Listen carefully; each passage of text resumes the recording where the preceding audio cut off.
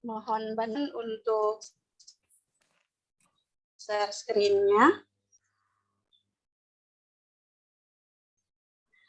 Baik, terima kasih. Assalamualaikum warahmatullahi wabarakatuh. Dan selamat pagi. Waalaikumsalam warahmatullahi wabarakatuh. Selamat pagi. Pagi luar biasa. Baik, Bapak Ibu, bagaimana kabarnya? Sehat, Bu. Alhamdulillah. Alhamdulillah. Nanti hari ini kita akan melaksanakan kegiatan, tetapi sebelum melaksanakan kegiatan, saya berharap kegiatan kita ini nanti bisa berkah. Jadi sebelum melaksanakan, saya minta salah satu peserta yang ada di sini untuk memimpin doa untuk membuka kegiatan kita. Mohon kesediaannya ya. Mohon kesediaannya Pak Ansori. Mohon dipimpin doanya. Ya, Bu. Silakan. Ya. Mari Bapak semua, sebelum memulai kegiatan kita, semoga kegiatan kita lancar, diberikan keberkahan. Kita berdoa terlebih dahulu. Berdoa menurut agama kita masing-masing. Berdoa dipersilahkan. Doa selesai. Saya kembalikan waktunya. Silakan Bu fasilitator. Terima kasih. Alhamdulillah. Baik, Bapak Ibu, kegiatan kita hari ini mungkin agak sedikit cepat dari sebelumnya seperti yang hari kemarin ya. Karena hari ini kita hanya kerangka dasar kurikulum. Harusnya ada 4 materi, tapi saya akan mengambil satu saja. Setelah itu kita akan jeda sebentar, baru nanti kita lanjut lagi. Jadi Bapak Ibu yang saya hormati, sebelum kita melaksanakan, boleh tidak kita regangkan tangan dulu? Ya, Bu. Ya, baik. Karena pagi hari begini paling bagus kalau kita bisa menggerakkan badan kita sehingga kita punya energi untuk bisa bergerak hari ini. Baik, yang pertama, Bapak Ibu bisa menyanyikan lagu Pada Hari Minggu ku turut ayah ke kota. Bisa? Bisa, Bu. Ya. Baik, kalau bisa. Tapi gerakannya begini. Pada hari Minggu ku turut ayah ke kota. Begitu. Bisa tidak ya? Siap. Bisa ya? Ya, sambil Ya. kita bergerak ya. Kita bergerak. Tangannya bergerak. Oke, sama-sama. 1, 2, 3. Pada hari Minggu ku turut ayah ke kota. Naik delmanku, duduk di muka. Duduk di samping Pak. Duduk di samping Pak. Samping Pakku yang sedang bekerja. Mengendarai kuda supaya baik jalannya. Taktik tuktik taktik tuktik taktik tuktik tuk. Taktik tuktik taktik tuktik tak suara sepatu kuda. Oke, kita sama-sama tepuk tangan 3 kali ya. 1, 2, 3. Ya, alhamdulillah. Bagaimana, sudah segar? Sudah, Bu. Baik, kalau begitu, kalau sudah segar, berarti kita sudah siap untuk melanjutkan materi kita hari ini. Baik, Bapak Ibu, pada kegiatan hari ini kita akan mempelajari kerangka dasar kurikulum. Bagaimana kita bisa mengenal kerangka dasar kurikulum ini? Tapi sebelum itu, saya minta Bapak Ibu untuk merefleksi mengenai pandangan personal ya, pandangan sendiri tentang kurikulum. Silakan Bapak Ibu bisa menyampaikan pengalaman dan pemikiran sendiri. Ini tidak ada kata salah dan tidak ya. Baik Bapak Ibu, maaf saya lupa menyampaikan apa yang diharapkan setelah kita mempelajari materi ini. Yang diharapkan adalah setelah mempelajari materi ini, Bapak Ibu dapat memahami dasar kurikulum sekolah penggerak, serta peran dan fungsi pemangku kepentingan dari tingkat pusat sampai satuan pendidikan dalam menciptakan pembelajaran dan asesmen yang terpusat pada peserta didik. Ya, silakan lanjut Bapak. Nah, waktu yang digunakan itu 3 jam pelajaran ya Bapak Ibu, dengan metode kita lakukan ya tatap muka sekarang ini, kemudian ada diskusi pemahaman, kemudian bekerja sama, penalaran individu, penugasan, kemudian nanti mempresentasikan tugas kelompok, tanya jawab serta refleksi capaian pembelajaran. Silakan.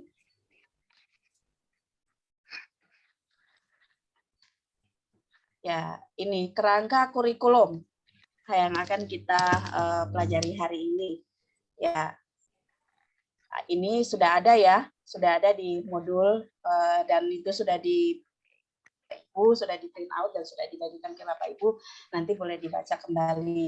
Tapi ini Bapak Ibu sekarang kita mulai dari diri sendiri ya. Pemahaman Bapak Ibu tentang kurikulum itu sejauh mana? Nah, ini ada panduannya. Silakan Bapak Ibu boleh menjawabnya. Ini ada 4 pertanyaan di sini. Ini tidak ada jawaban benar salahnya Bapak Ibu. Ini hanya sekedar menyampaikan pendapat Bapak Ibu. Yang Bapak Ibu tahu itu apa. Nah, silakan dengan panduan ini, pertanyaan-pertanyaan ini silakan dijawab. Yang pertama, menurut Bapak Ibu, apa peran dari kurikulum dalam satuan pendidikan? Ya, silakan dijawab. Kemudian yang kedua, ya, silakan. Silakan Pak Budi. Menurut saya, peran dari kurikulum di dalam satuan pendidikan itu adalah sebagai dokumen pengaturan segala hal yang ada di satuan pendidikan tersebut, mulai dari pembelajarannya, sarana-prasarananya, dan lain-lain. Saya kira itu adalah sebuah koridor atau peta jalan dari satuan pendidikan itu untuk mencapai visi misinya. Demikian, Bu. Luar biasa. Iya, terima kasih Pak Budi. Mungkin ada yang mau ditambahkan dari Pak Ansori atau Ibu Ope? Iya. Ya, baik Bu. Saya nambahkan. Ya, silakan Ibu Ope. Ya. Kurikulum itu adalah sebuah pedoman untuk melaksanakan keseluruhan daripada rencana proses pembelajaran yang akan diselenggarakan di satuan pendidikan. Yang mana dalam pengembangan kurikulum itu berpedoman kepada regulasi atau tatanan yang. Oke, itu Bu. Baik. Luar biasa. Ya, mungkin ada yang mau ditambahkan sama Pak Ansori. Saya akan mencoba yang nomor 2, Bu. Ya, Oh, silakan. Iya, Silakan. peran kurikulum dalam pembelajaran. Peran kurikulum di dalam pelajaran ini sebagai arah tujuan yang pengen dicapai, ya. Kompetensi apa yang nanti akan dicapai oleh anak-anak, semuanya sudah tertuang dalam kurikulum sendiri. Jadi standarnya seperti apa itu yang menjadi acuan pelaksanaan dalam pembelajaran. Mungkin itu. Terima kasih. Itu pendapatnya Pak Ansori. Mungkin dari Pak Budi lain atau sama Ibu Ope? Sama, Bu. Sama Bu. Baik. Sama. Nah, sekarang yang nomor 3, bagaimana selama ini Bapak Ibu menggunakan kurikulum sebagai peta jalan untuk proses pembelajaran sehari-hari? Ya. Pengalaman masing-masing. Ya, silakan Pak Budi. Ya, kan dalam melakukan pembelajaran kita harus merencanakan ya Bu, pakai RPP. Nah, RPP itu diambil untuk mencapai tujuan. Tujuan itu diturunkan dari kompetensi dasar.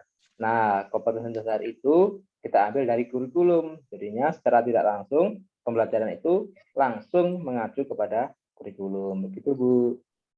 Wih, luar biasa Bapak Ibu ini memang. Sependapat ya dengan yang sudah disampaikan sama Pak Budi. Tapi mungkin ada yang mau ditambahkan lagi sama Pak Ansori atau Ibu Opi? Pas Bu, udah cocok Bu, Pas, setuju nah, Bu. baik. Ya, sepakat. Ya, sekarang yang terakhir, bagaimana selama ini Bapak Ibu mengukur ketercapaian tujuan yang ada di dalam kurikulum? Ini tidak ada jawaban benar salah ya Bapak Ibu, ini hanya menyampaikan pengalaman yang sudah Bapak Ibu lakukan di sekolah masing-masing. Ya, silakan. Ya. Ya, silakan Pak Sori. Selama ini kami di sekolah tentunya mencoba melaksanakan kurikulum. Kemudian kami akan melihat apakah kurikulum yang kami laksanakan sudah mencapai sasaran yang kami inginkan. Tentunya kami selama ini melakukan asesmen penilaian, ya terutama ataupun melaksanakan evaluasi terhadap apa yang sudah kami lakukan, kami cocokkan, kami sinkron menjadi tujuan kami. Mungkin itu selama ini. Terima kasih.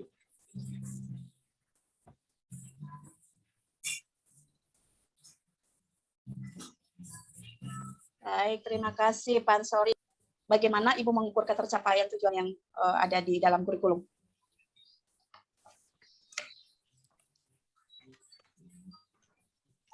Sedikit mungkin menambahkan. Sedikit menambahkan. Iya, silakan, Ibu. silakan. Ya. Ya. Kami sudah menentukan indikator-indikator keberhasilan dari setiap apa yang kami laksanakan, Bu. Jadi ketika indikator itu sudah terlihat dan sudah kami dapat raih, artinya kami sudah mencapai apa yang jadi tujuan kami. Dan ada juga kadang-kadang indikator yang belum kami capai, masih kategori 50%, 60%. Nah, jadi melalui indikator-indikator inilah, keberhasilan inilah kami melihat, mengukur ketercapaian kurikulum yang kami laksanakan. Mungkin itu. Wow, luar biasa. Iya, memang apa yang sudah Bapak Ibu sampaikan ini pengalaman ya, dan ini memang sudah dilaksanakan di sekolah masing-masing, sehingga walaupun mungkin kita belum masuk pada apa sih itu kurikulum, tapi Bapak Ibu sudah biasa ya di lapangan, sudah biasa mengembangkan, kemudian melaksanakan apa yang sudah tertera di dalam itu, sehingga ini bukan sesuatu hal yang asing buat Bapak Ibu. Ya baik Bapak Ibu, kita langsung saja ke Bapak Ibu sambil nanti membuka materi ya, materi modul yang sudah saya bagikan, yang sudah di print out, yang sudah saya bagikan, Bapak Ibu mungkin bisa membukanya, membacanya, kemudian begitu juga dengan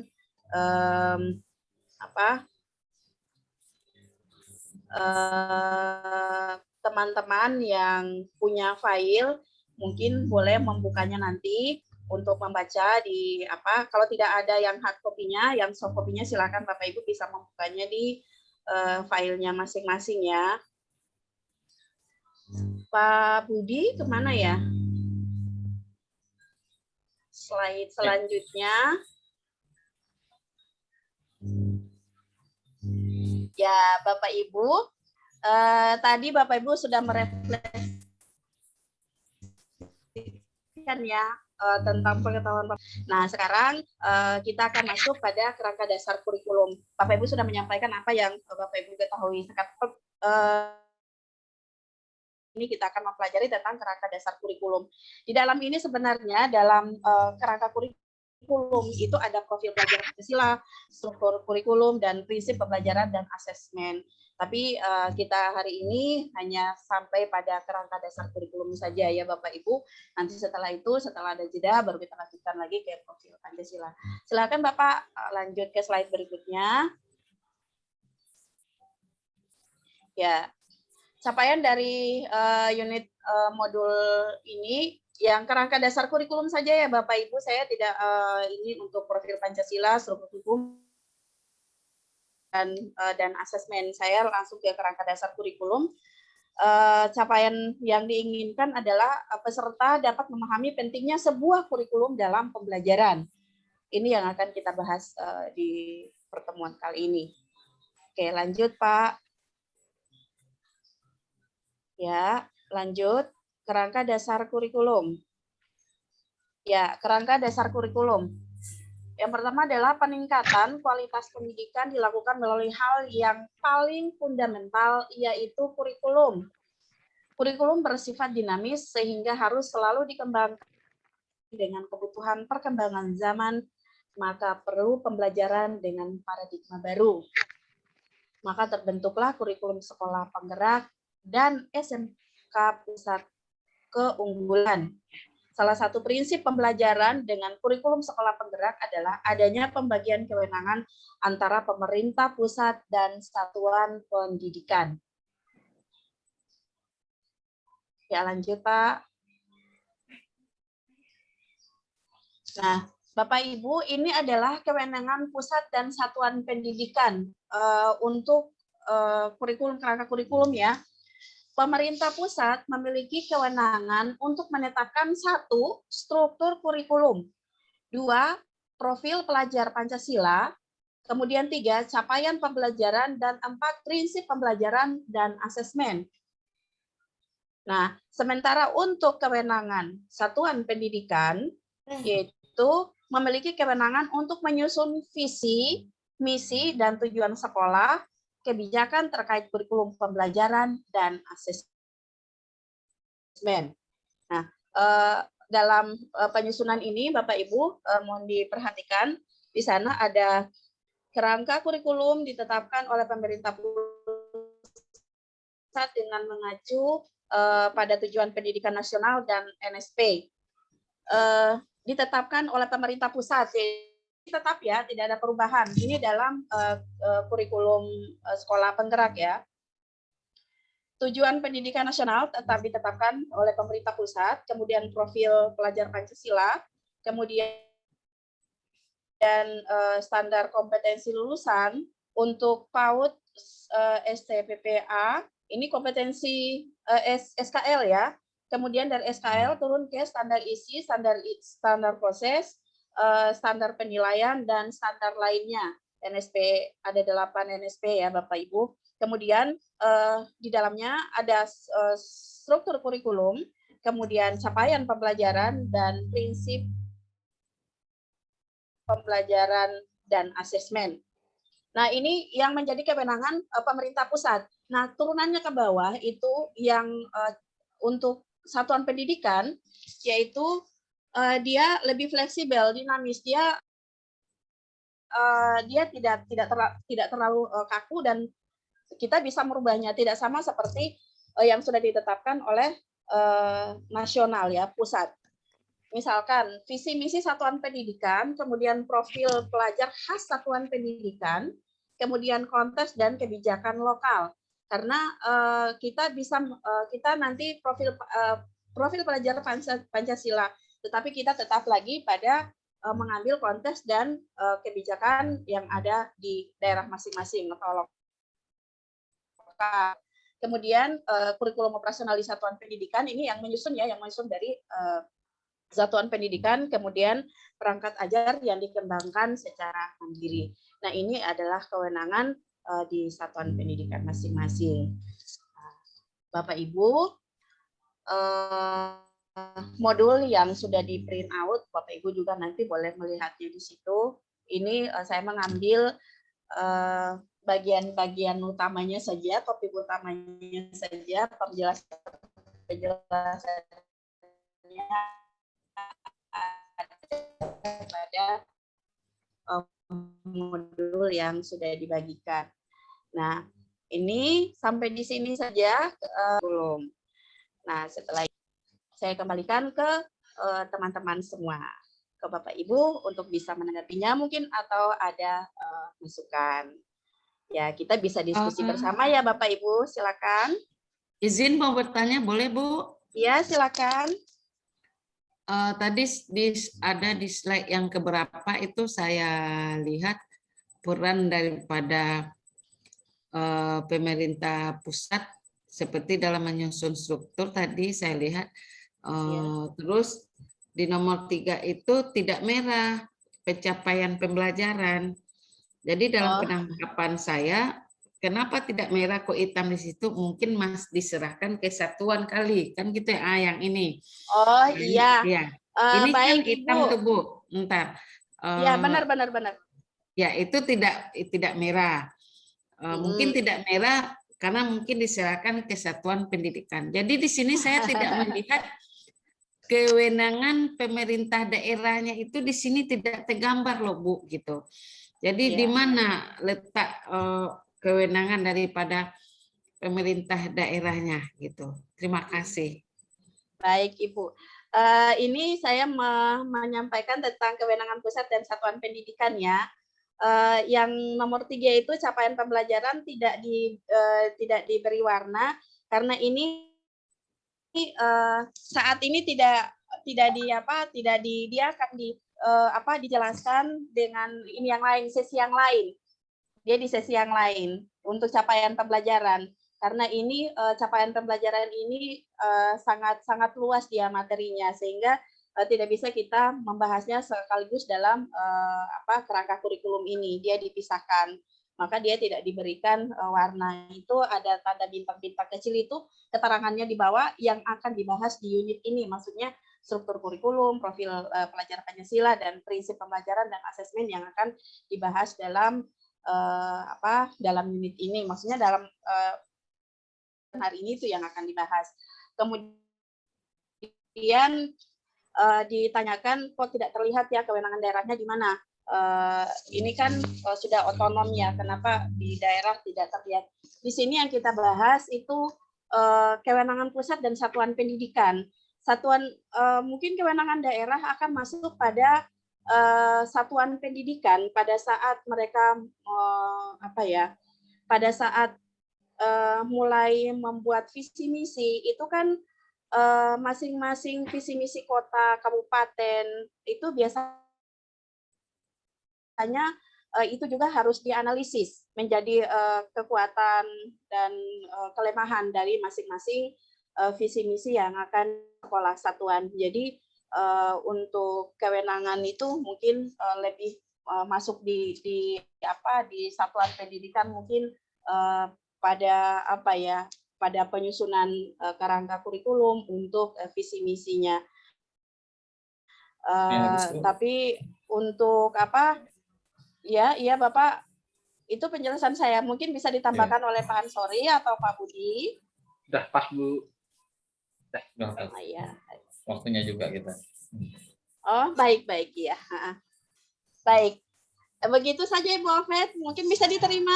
Oke, terima kasih Bu. Penjelasannya. Iya, baik, terima kasih. Baik, Bapak Ibu, saya merasa senang sekali kita bisa melaksanakan kegiatan kita hari ini dengan baik dan lancar. Nah, sebelum kita menutup kegiatan ini, kita boleh memberikan semangat untuk diri kita sendiri ya.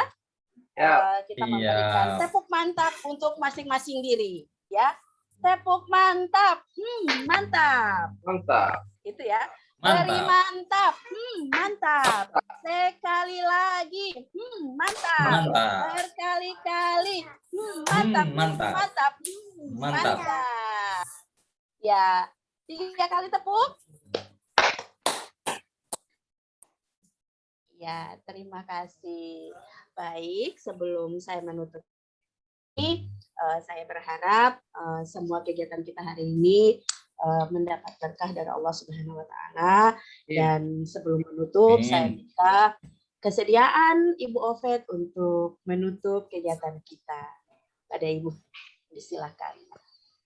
Baiklah kawan-kawan, untuk lebih lancarnya, apa ya Bu ya?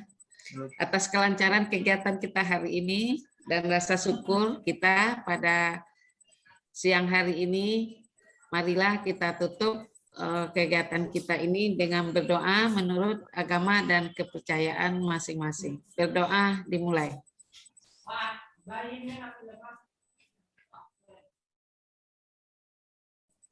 Oke, terima kasih. Terima kasih Bu. Baik. Kita Satu lagi. Tinggal satu lagi. Ya. Keluar dulu.